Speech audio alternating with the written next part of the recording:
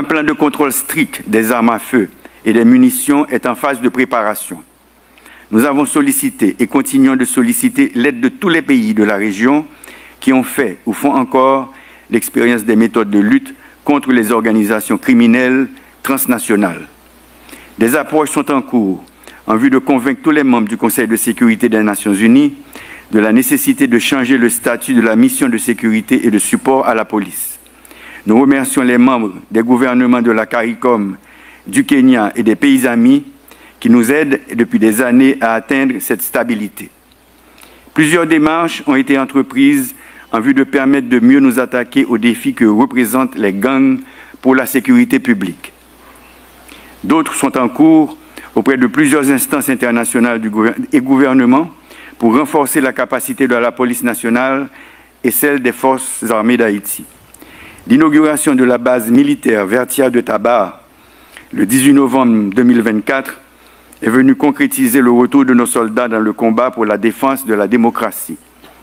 Depuis le 2 octobre 2023, soit depuis plus de 14 mois, la mission multinationale de soutien à la sécurité a été approuvée par les pays membres. Ceci sans que l'effectif total de cette force ait pu atteindre 1000 membres, voire les 2500 auxquels on s'attendait. Le Conseil national de sécurité a finalement vu le jour lors du dernier Conseil des ministres. C'est une instance stratégique importante qui facilitera la reprise en main du territoire national. Elle dotera l'État haïtien d'un lieu d'où pourront être coordonnées et suivies toutes les étapes des opérations de protection, de contrôle et de reconquête de nos espaces vitaux. Année 2024, là, plus passé 5000 moun mouri. Nous dans la guerre. Année 2025, là, nous continuons à faire la guerre. Gangsters ont déclaré la guerre contre la population, nous-mêmes, nous déclarons la guerre contre tout gangster. Tout gangster qui a assassiné le peuple, qui a boulé l'hôpital avec l'école, qui a violé grand monde, petit monde, qui a fait trafic d'armes, qui a vendu monde, qui a trafiqué organes femmes et garçons haïtiens. Tout conseil présidentiel, transition, premier ministre là, avec tout gouvernement, toute boîte l'État, toute collectivité, nous dans la guerre contre l'insécurité. Mais nous connaissons le peuple qui peut sauver le peuple. Peuple là sous la défensive. Peuple là en situation de légitime défense. Et nous connaissons, quand le proverbe l'a dit, toute bête gênée mordée. Dans la guerre, ça, peuple là doit accompagner la police acclamée. Peuple là doit accompagner agents force multinationale là, Jean Refel dans la Tibonite là. Dans la guerre, ça, tout le monde là-dedans, tout le monde doit bailler l'idée. Tout le monde doit porter coller avec la police communautaire. Dans la guerre, ça, le conseil présidentiel là, a joué partition pâle. Le premier ministre là, le gouvernement a joué paille. Ou même professionnels, artistes, businessmen, techniciens, timachan, revendeuses, paysans, paysannes, travailleurs en Haïti ou bien en diaspora, il faut qu'on joue partition pâle. Parce que nous toutes nous concernons. Dans la guerre, ça, nous avons demandé aux paysans pour aider à faire la guerre pour rétablir les droits moun, pour empêcher les armes et munitions d'entrer dans le pays d'Haïti. Et pour continuer à aider nous à protection, manger et soins dans tout camp réfugié et rapatrié dans le pays. Le Conseil national de sécurité et CSPN a dirigé la guerre. L'objectif de la guerre, c'est de mettre la paix dans le pays. Pacifier le pays pour nous élection. Bon genre élection pour nous choisir candidat. Candidat dans Kazek, candidat dans la commune, candidat dans tout département, candidat pour présidence. Parce que vle pas vle, a bien élection dans fin année ça. Moi pas demander nous patience. Parce que patience pam li bout déjà. Nous prenons ensemble pacifier le pays pour nous voter une constitution qui répond à la réalité moment. Année ça, pas demander ça Haïti qu'a fait pour vous. Demander tête nous, qui ça nous qu'a fait pour Haïti. Qui gens nous qu'a organisé nous pour nous aider défendre quartier nous à concours force l'ordre. Année 2025 là, nous t'avons estimer l'espoir dans le pays. Montrer que nous au service population, bail exemple bon comportement, fait nous rejoindre dignité nous avec fierté nous. Année 2025 là, Nous pourrons travailler contre les assassins qui ont tué le peuple. Nous pourrons ouvrir route, mettre sécurité dans le port, dans l'aéroport, pour nous circuler libre et libre. Même après dire encore, il faut que tout le monde a veillé. Nous-mêmes, dans les têtes de l'État, nous mettons tous les moyens à disposition, braves policiers et braves soldats, pour porter la victoire sous gang et pour permettre la vie de reprendre dans le pays. Nous-mêmes, dans la tête de l'État, nous avons fait toute qualité de négociation pour nous gagner plus de policiers, plus de soldats, plus de policiers et soldats internationaux, pour nous isoler les gangs, démanteler et consolider les quartiers chauds, pour toute boîte l'État qui a recommencé par service, ouvrir l'école, bailler élèves manger, ouvrir l'hôpital avec centre santé, encadrer sportif et artistes, faire assainissement, faire travail communautaire pour mettre hygiène et pour mettre cob dans les poches jeunes. Nous-mêmes, dans la tête de l'État, nous avons fait toute qualité de négociation pour nous joindre assistance humanitaire et sécurité tout partout sur la terre. C'est pour bien la population et notre travail.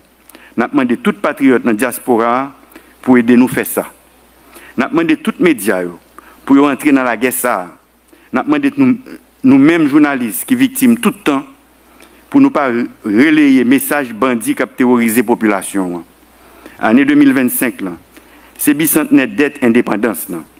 1825-2025, ça fait 200 ans. Depuis la France a fait nous payer sous menace toute route, toute infrastructure plantation avec esclaves que les colons ont établis sous le pays.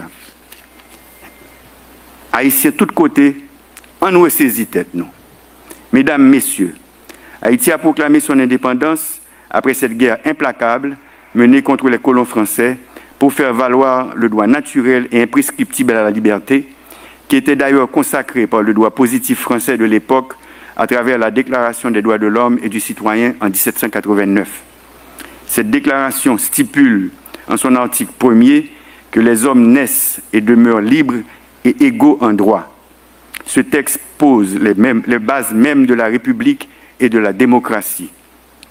Pourtant, l'histoire nous rappelle qu'en avril 1825, la France, par le truchement de l'ordonnance de Charles X, a imposé à Haïti le versement d'une forte indemnité pour la reconnaissance de sa liberté dûment acquise par la détermination et le courage de ses valeureux ancêtres. Outre la dette de l'indépendance, notre jeune État a versé de fortes rançons à plusieurs hautes puissances dominantes au XIXe et XXe siècle. Cette injustice inqualifiable constitue une meurtrissure qui ne cesse de hanter notre mémoire et malheureusement, le paiement de ces rançons a contribué à compromettre de manière significative les perspectives de développement de la jeune nation.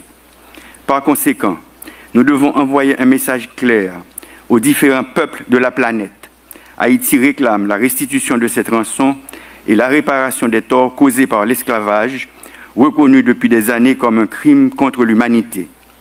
En d'autres termes, ce n'est pas une simple revendication, mais une nécessité pour que notre nation puisse retrouver la voie de la prospérité et du respect. En ce sens, je vous invite aujourd'hui toutes les associations, les organisations internationales, les artistes et citoyens illustres, à travers vos actions, vos voix et votre engagement, à faire entendre cette exigence. Nous remercions toutes celles et tous ceux, toutes les organisations qui depuis plusieurs années se sont lancées dans la dénonciation du tort fait à Haïti depuis 1825. En effet, l'heure est venue de réécrire notre histoire économique, tout comme nos ancêtres ont écrit l'histoire de notre liberté. Si nous ne pas payer dette ça pendant plus passé 100 années, nous pas en retard comme ça, je dis. Chers compatriotes, mes frères et sœurs haïtiens, nous ne pouvons ignorer l'urgence que représente le changement climatique pour notre nation.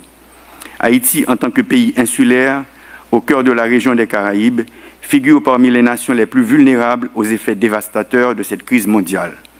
Durant l'année 2024, nous n'avons pas été frappés par des cyclones, mais nous avons constaté les inondations provoquées par de simples pluies au Cap-Haïtien, au Caille, à Port-de-Paix, à Jérémie, pour ne citer que ces villes. Nous sommes très vulnérables. Il est de notre devoir collectif d'affronter ces défis avec détermination et de plaider pour une action concertée, tant au niveau national qu'international, afin de préserver notre environnement et garantir un avenir durable pour les générations futures.